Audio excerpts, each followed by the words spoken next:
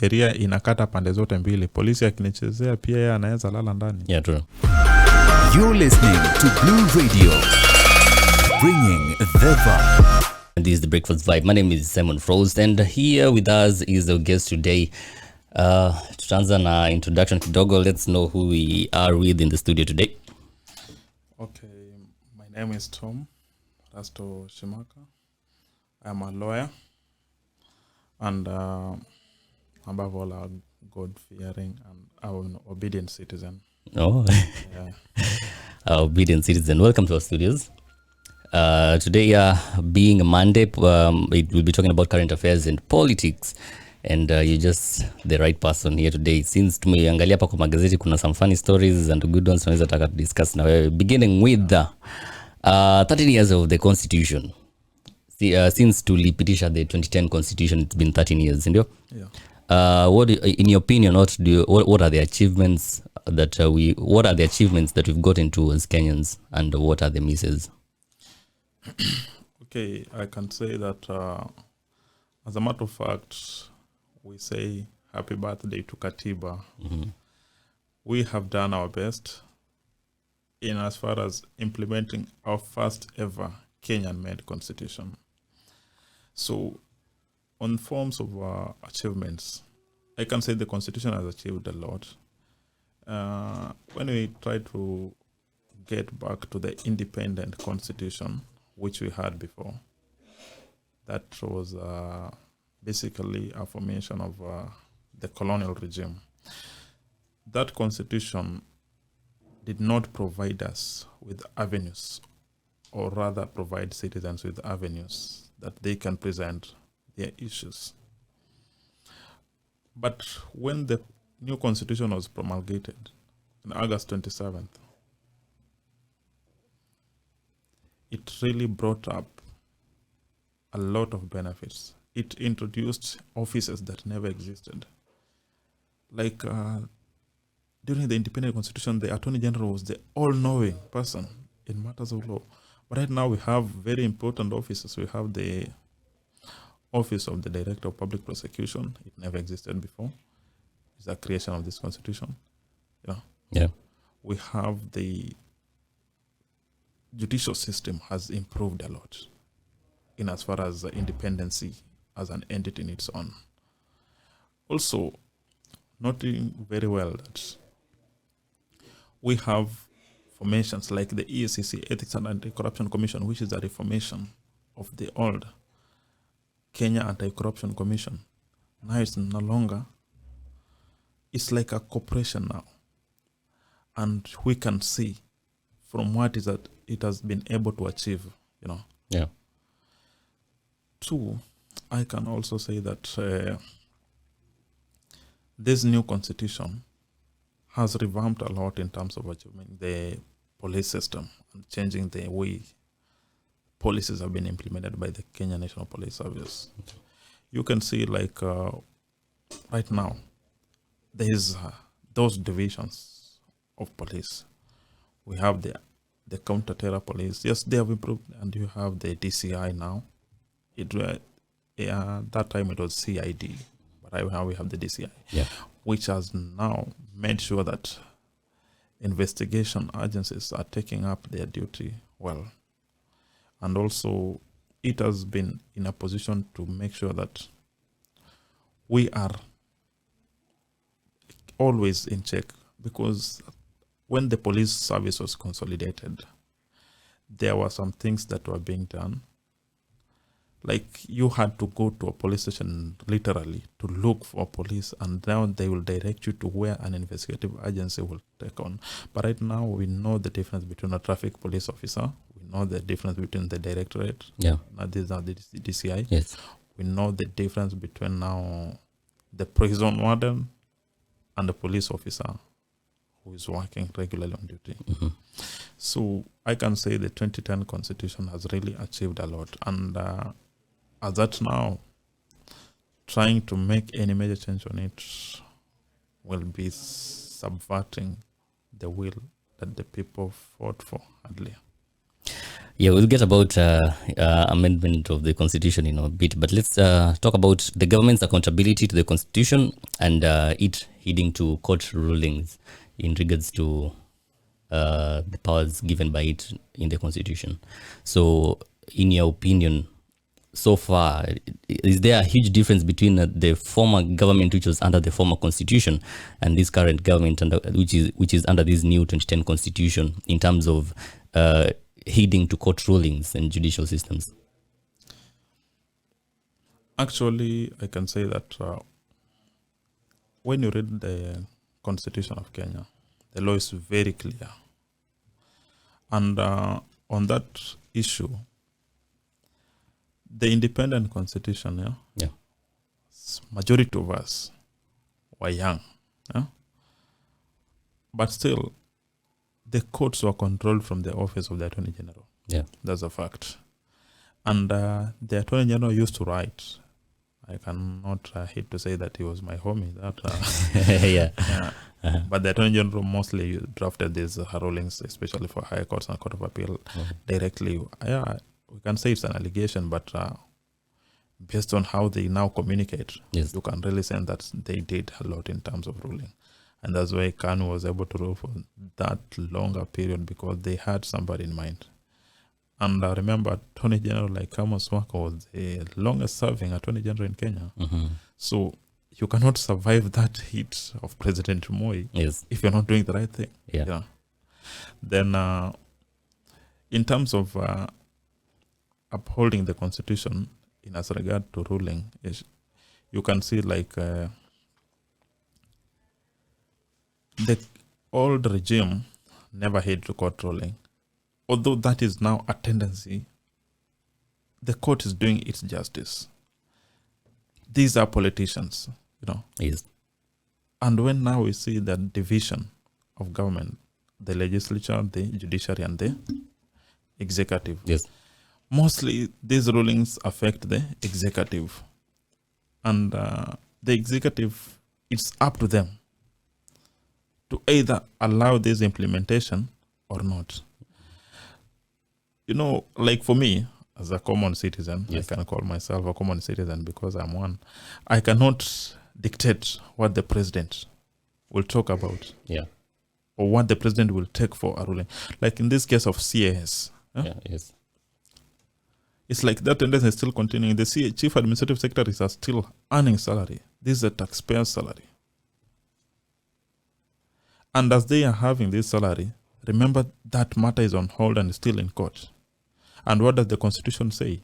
The Constitution is very clear that anything, like if there is a court order, any process that was ongoing should stop immediately. So as at now, we should not be having those CAS enjoying government security. Those CAS like using every machinery possible and earning salary without work. Like that is like earning salary without work. So in terms of adhering to the Constitution, they are those governments in the independent constitution and these governments today, none of them is adhering to the rule of law. All of them are, we can say kwa Kiswahili, wananajisi katiba. Na hiyo imefanya koti zetu zimekuwa yani like haina, hata watu hawana imani na koti. Kwa sababu kama koti itasema hivi na mwisho wa siku hawa wangwana wanafanya mambo yao. Unaona hakuna hata mwananchi wa kawaida hizi kuwa na imani na koti. Naambia kama rais heshimu katiba, mbona mimi niheshimu? And that's why there is a lot of lawlessness in this country. We have cases of money laundering because they know if I transact a huge amount of money, tatafuta godfather huko juu. Utatoa ruling kotini, tutamalizania hapa chini. There's nothing that will happen to me. So I think I'm kind of clear about that issue. No government so far has adhered to the rule of law. Okay, 13 years of constitution. How far do you think citizens have gone into knowing the constitution since it was promulgated? As at now, I can say the people, we have a huge number of literate generation. And I know me and you studied the Constitution in high school. Yes. Right now, it has even gone further to primary schools where people now get to know the Constitution. And people have come to understand that now the sovereignty of the Constitution lies with the people. Yeah. So we cannot say that 13 years from now, people don't understand. Because right now, you cannot just get out and then be arrested by a police without questioning. Yeah, sure. You will question the police, why are you arresting me? As an arrested person, I have the power of an arrested person. And mostly these people have been taking advantage of us because we don't understand the Constitution. We don't understand the rule of law. Yes. But right now, people are conscious. People are ready to work. And if we are ready to work, as a person practicing this law, I can say that sheria inakata pande zote mbili. Polisi akinichezea pia yeye anaweza lala ndani. Yeah, true. Yeah. And we have seen such incidences of where police officers have been arrested by other police officers. Reason is people now understand that kuchukua hongo is a criminal offense. Yes. Like the other day, that was on Saturday, I was at the KPA, I think, in Baraki. Then I was at that MV Logos. So as I was there, I saw a KPA officer taking a bribe from a, the best I did was just to wave at him and look at him, and he was like, what is happening? I could see that guilt in himself, knowing that whatever he was doing was not right. Yeah. So he knows that if a citizen sees me taking a bribe, then they know that what I've done is not right. Correct. Yeah. So saizi citizens wengi wanaelewa sheria and they are ready to defend the law to its fullest. Saizi unajua ukipelekwa kotini, you have the power to defend yourself. Wachana ile mambo, and you also have a right to remain silent. Citizens now know that you don't need to talk. You have a right to remain silent because the law allows you to do so. You're not coerced to speak, because sometimes people used to coerce people to speak so that they find something against them. Yeah, true. Constitutional amendments, as we celebrate 13 years of the 2010 Constitution. There have been issues of the Constitution amendments, and there have been court rulings declaring them unconstitutional, and we've seen what the government has done in regards to these court rulings.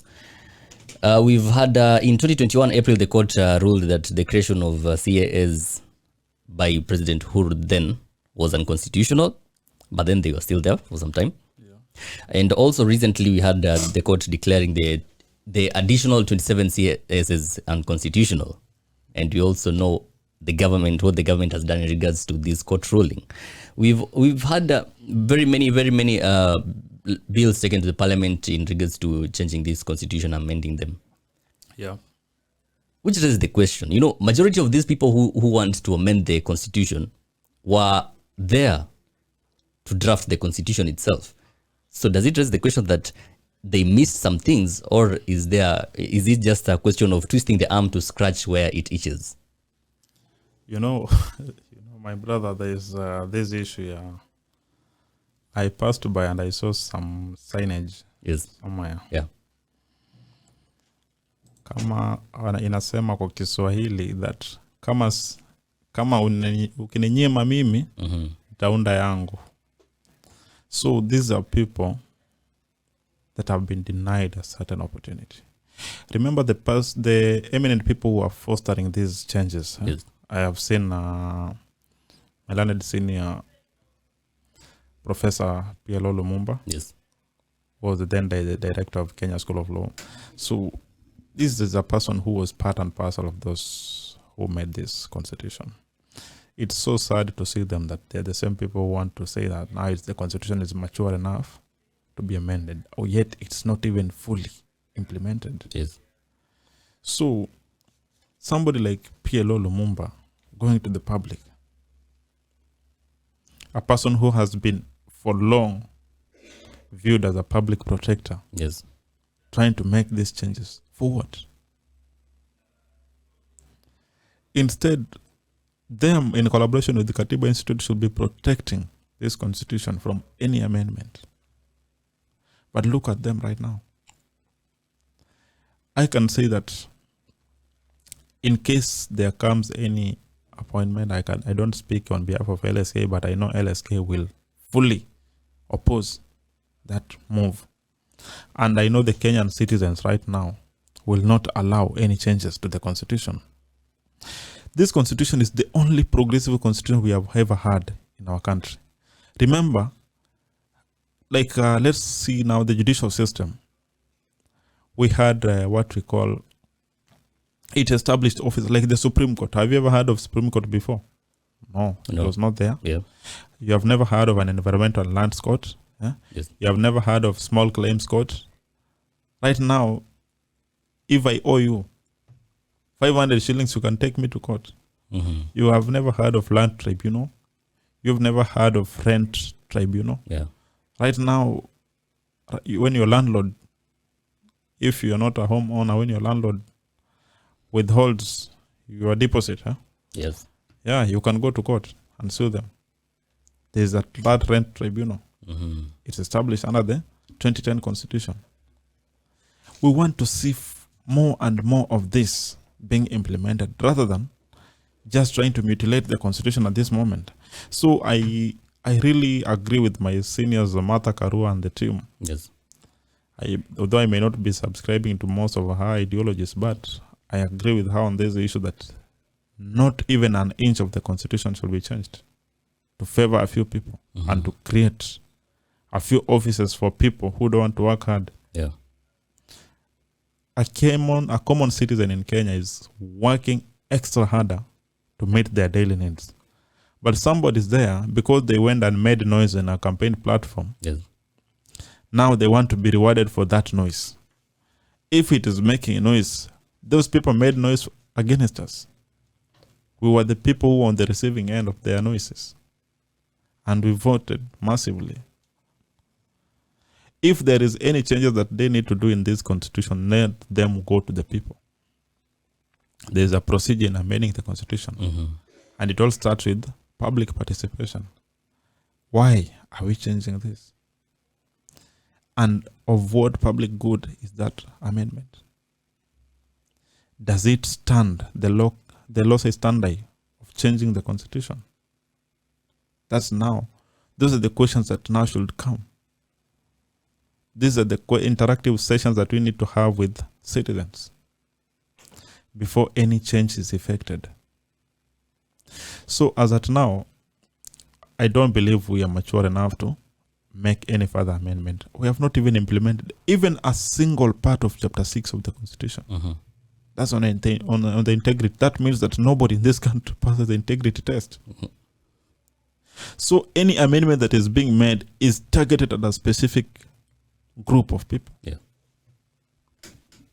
Well, persons under the judicial roof house or lawyers in that case and senior counsels are people who should be safeguarding the constitution and bringing these people in the government to order. Yet you've seen in other cases, like, for example, the Nelson Harvey incident, where he was the head of the LSK and was leaning towards one side of the political divide. How does it affect you people under the Law Society of Kenya, and how does it also affect your role as watchdogs to the constitution and the government? The LSK is an independent creation established under the LSK Act. Yes. 2000 amended, 2008 amended in 2014 onwards. So this LSK is, as an independent factor, should be non-partisan, non-political. But now, the people that we are electing Yes. are using that position to propagate their political agenda. Remember, it is the same Nelson Harvey that wanted to be an MP yet serving Yeah. as a president. So right now, I can say my this my beloved Kenya is becoming a man-eat-man society where if you're not able to navigate through a certain terrain, you have to get to a position of influence, then that position helps you to navigate.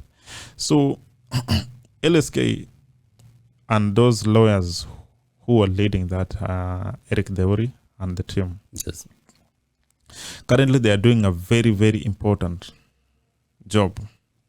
And I can commend them because they have been able to alienate themselves from the politics of this country and do the right thing.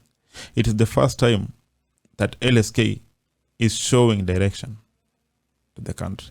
It is the first time LSK is fighting for the common good of citizens. Yes. You have seen them challenging serious cases like CIS. They were the first people to file that case against CIS. They are the first persons who have moved to court. And I can tell you this matter is already in court. It's Yeah. filed. Mm-hmm. They are challenging any move to amend this constitution. Yes, we support the good work. But now, like when parliamentarians go to parliament, they forget that their major role is representation, to create laws that manage or the other take care of the needs and the demands of their people, of their constituents. But now we have elected animals to parliament, and that's why sometimes I agree with those people who call them pigs, because these people no longer make laws that care about a common man. They make the laws that care about their own well-being. Mm-hmm. So any amendments now in parliament will pass automatically because of that fact of the tyranny of numbers. But now every amendment that will be made will be challenged in court by the LSK, because we believe in the rule of law. We believe that the constitution must be adhered to at all times. But the judiciary, I can say that the judiciary is what is bringing us down. Well, let's talk about this briefly. We've seen instances where the judiciary has outlawed bills or laws that have, or activities of the government that directly affect the executive. Like we've seen, like for instance, the 2017 case under Maraga, which cancelled out the presidential elections. We've seen the CSS being called unconstitutional twice. We've also we've seen major court rulings that have directly affected the government, the executive per se. Sure. Do you think the judiciary is independent as it looks, judging by these rulings? I can say the judiciary under Maraga was a different judiciary. Yes. That we're having. When Maraga was here, we could feel that justice was flowing. It is only during Maraga's period that the High Court was established in Kakamega. As High Court was established in Malindi. High Court was established in areas that were never experienced justice. We have seen courts that the current judicial regime has just been launching. These are projects that were started by David Maraga, mm-hmm. Emeritus Chief Justice, just to make sure that there is access to justice. So he made a landslide ruling, which is historic, by first nullifying a presidential election. Yeah. That is something that is not easy, and you could see the reactions from those who are affected. So I can say the judiciary then was independent, and that guy used to go to the people. Everything that he requested, he was denied because of being anti-government and trying to be independent. Yeah. Not anti-government, but being independent. Yes. The judiciary right now is an extension of the executive. Every decision that they make is like written somewhere from their house on top of a hill. I don't want to mention that house because we have several houses on hills. So, but I know the citizens understand that most rulings are not a creation of the judiciary because the language is felt. Like I saw a certain chief justice in a certain country calling it wild goose, and they also call it hot air. Those languages are unjudicial. Those are not judicial languages. That is literature. How is literature in judicial language? So you could feel like this ruling was not even written by a judge who went to school properly. And then there's nothing like consolidated ruling. Yes. We don't think the same. Do you think like me? No, I don't. And I also don't think like you. Sure. But now, what makes us think that whatever we can come up with is one common statement? So in short, there is one mind that thinks for the entire panel. Yeah. Secrecy. Yes. No. You are not allowed to disclose clients' information to anyone. And that's why even the judiciary itself tells us that you, as a lawyer, your client's information is as confidential as possible. And that's why you're also not even allowed to talk about a matter that is before the court of law. Yes. Because there's that guidance.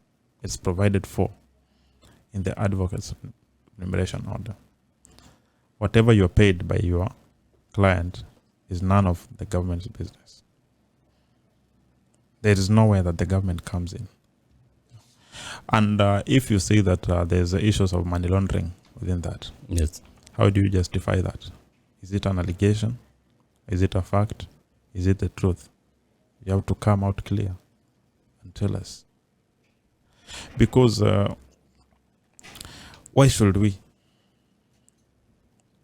Why should we tell you what we are paying? If I acted for that client pro bono, should I still declare that I acted for you pro bono? No. The Constitution is very clear on the matters of access to justice. Everybody has that right for access to justice. So if I tell you that my brother, now you have been accused of financing terrorists, Yes.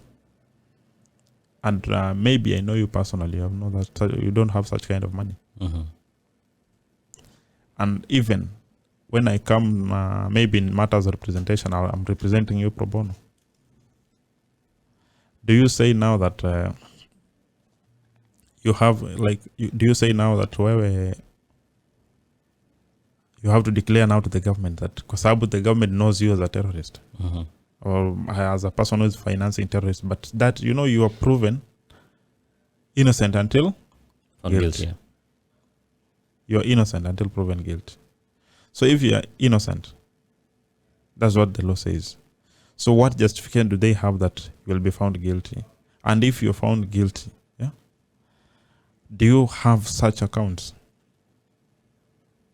So there's no justification to such an allegation, and it's just that they seem like some few contingents of lawyers who I may not mention them here, who are flaunting cash and a flamboyant lifestyle that is making the government jealous. Like, basically, we pay our taxes through law firms. Yeah.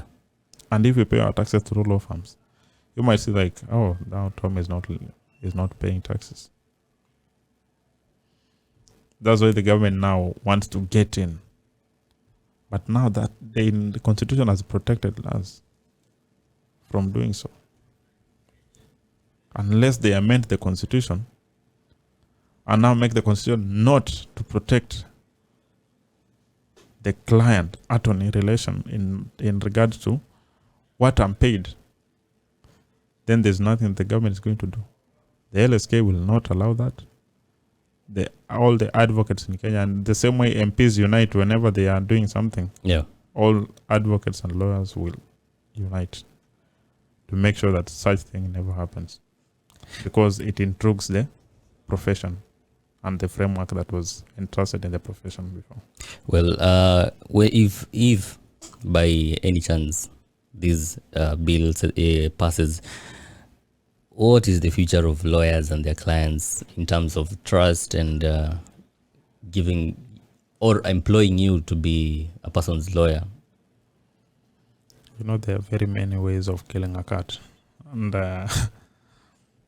if I'm given cash, will I declare? No, there are no traces.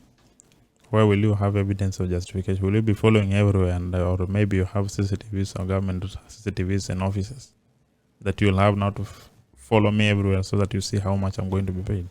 What if I declare like how many people in terms of taxes, how many people pay real tax out of their total income? Mm-hmm. I don't think if somebody whose business is creating more than 5 billion Yes. is paying that 1 billion tax. I don't think so. But what is the requirement? You have to pay Yes. a certain percentage of your turnover. But now the turnover is 1 billion. How much are you supposed to pay? You are supposed to pay around 3% Yes. of that. Uh-huh. Are they paying? Then if they are paying, why do you have the Keroche case in court? Why do you have the Brookside case in court Uh-huh. if they've been paying taxes? So sometimes the government has to be sincere to its citizens, because what they are trying to tread on is not something that is impossible. It will not happen. I can assure you, whether the bill passes or not, it will not happen. Because who are the perpetrators in the first place? Who are doing these proceeds of crime? Is it the common manage? It is the government and the judicial system. Your guess is as good as mine. It is them to give. Well, as we've analyzed, Mr. Tom, there have been very many cases of lawyers going missing in very crucial matters before the court, and the cases have just gone evil. Zimeingia majini, as we say locally. What are there? Which laws are there to safeguard the safety of lawyers, and what are the lawyers societies or lawyers union doing to safeguard the lawyers who are undertaking these crucial court cases? First of all, I can say and also say RIP to Willie Kimani and his colleague who were murdered in cold blood in Machakos County. But then, despite the case taking 7 years, justice was later on served. Yeah. We might not know the people who sent those officers to kill them, but at least the officers are paying for the sins of those who sent them. But at the end of the day, the ultimate person is that everyone will die. That is what justifies the end now. So I can say, like, we have laws. I'm a citizen of Kenya before becoming a lawyer. Yes. A lawyer is a citizen. Law is a profession. Yes. So I am entitled to government protection like any other common citizen. And in so doing, I entrust my government to protect me. But now, what we have to ask ourselves, what are the causes of these disappearances? These disappearances are being caused by these crucial cases that if you're challenging this thing and the government wants it, or such a client wants it, Yes. they might decide to hire hitmen. But then you have to be, as a lawyer also, you have to be very keen on whatever you want to do. Yes. Or which case are you participating in. Especially if it's a case of public interest, well and good. If it's not a case of public interest, then sometimes your safety comes first. There is no defined law that protects. A law is just a common mwananchi like me and you. Yeah. Yeah. Thank you very much. It is 9 a.m. As you're winding up, if you don't mind, you will just share your information, or else you can be reached out if at all mtu kama mimi nataka usaidizi wa kikorti. First of all, I think I'll just have to maybe make this statement before we close over. Yes. If you allow me. Okay, sure.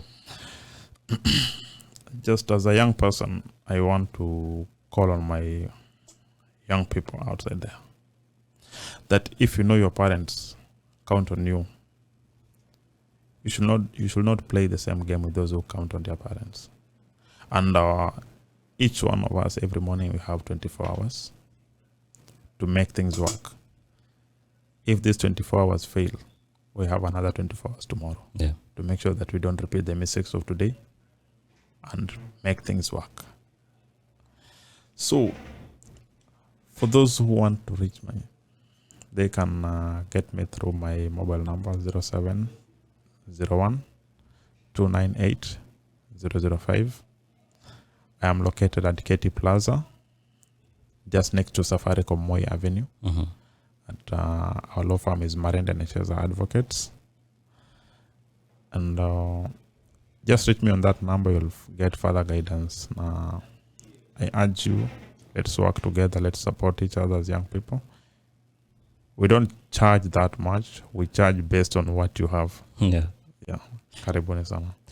Thank you very much. This is very powerful. If your parents depend on you, don't compete with those who depend on their parents. This is the Breakfast Vibe, and thank you, Mr. Tom, for visiting our studios today. Welcome. Hope you have a good day. You too, thank you. You're listening to Blue Radio, bringing the vibe.